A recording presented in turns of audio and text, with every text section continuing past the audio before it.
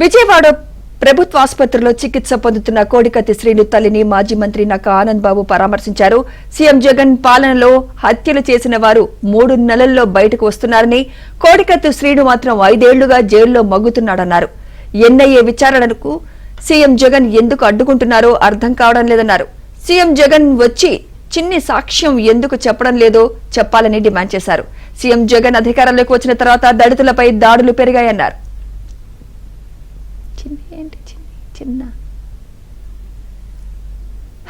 జగన్మోహన్ రెడ్డి అభిమాని నేను. జగన్మోహన్ రెడ్డి మీద ఏదైనా ఒక ఇన్సిడెంట్ జరిగితే ప్రజల్లో సానుభూతి పెరిగి ఆయన ముఖ్యమంత్రి అవుతాడు, ఎక్కువ మెజారిటీ సీట్లు వస్తాయని నాకు ఆశతో నేను చేశానని చెప్పి ఆయనే చెప్పాడు. జగన్మోహన్ రెడ్డి కూడా అధికారంలోకి వచ్చాడు, ఆ ఇన్సిడెంట్ తోటి అధికారంలోకి వచ్చి అధికారం అనుభవిస్తూ ఉన్నాడు.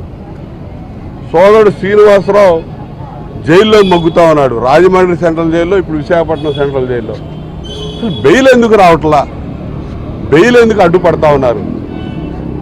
ఇది కేంద్రంలో కేంద్ర ప్రభుత్వ ఆధీనంలో ఉన్నటువంటి ఎన్ఐఏ ఈ కేసు దర్యాప్తు చేసింది.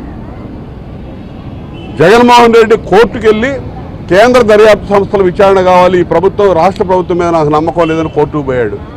ఎన్ఐఏ దర్యాప్తు చేసి ఛార్జ్షీట్ ఫైల్ చేసి ఉన్నటువంటి కేసులో, ఛార్జ్షీట్ కూడా దాఖలైన కేసులో బెయిల్ రాకపోవడం అంటే చాలా విచిత్రంగా కనపడతా ఉంది.